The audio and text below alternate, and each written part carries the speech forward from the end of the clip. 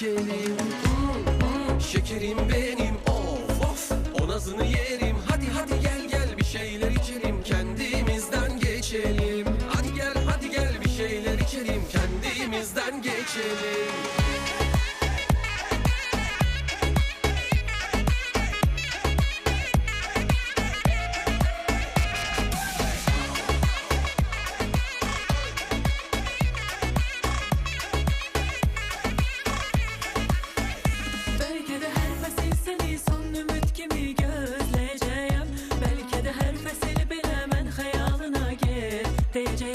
Belki de bir daha seni öz yanımda hiç görmeyeceğim. Belki de her fesil seni son ümit gibi gözleyeceğim. Belki de her fesil bilemem hayalına git diyeceğim. Belki de bir daha seni öz yanımda hiç görmeyeceğim. Uykular haram oldu, gençliğim bak talan oldu. Çok sevdim yalan oldu, hain geceler.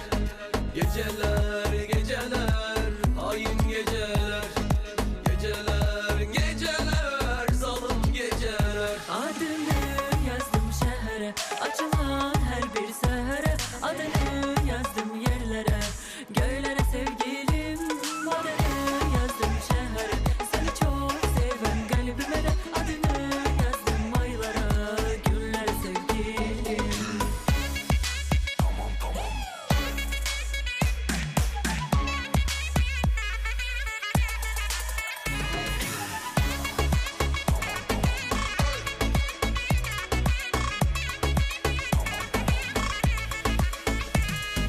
Диджей Рожка.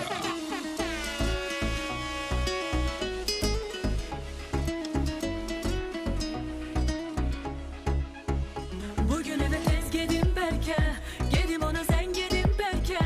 O demese ben dedim belki, seni seviyorum. Bugün eve tez gedim belki, gedim ona sen gedim belki.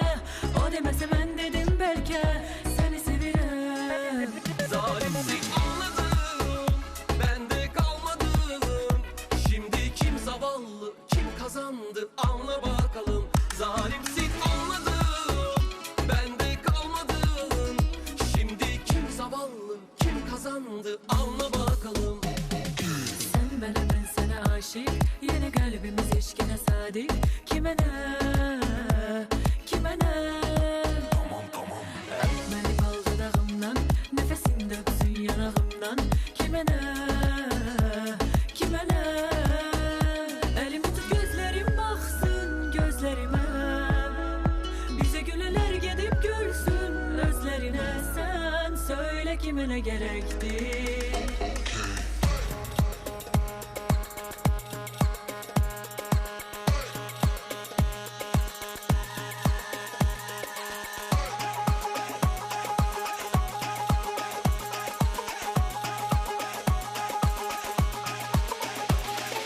Let's go now. Here we go now.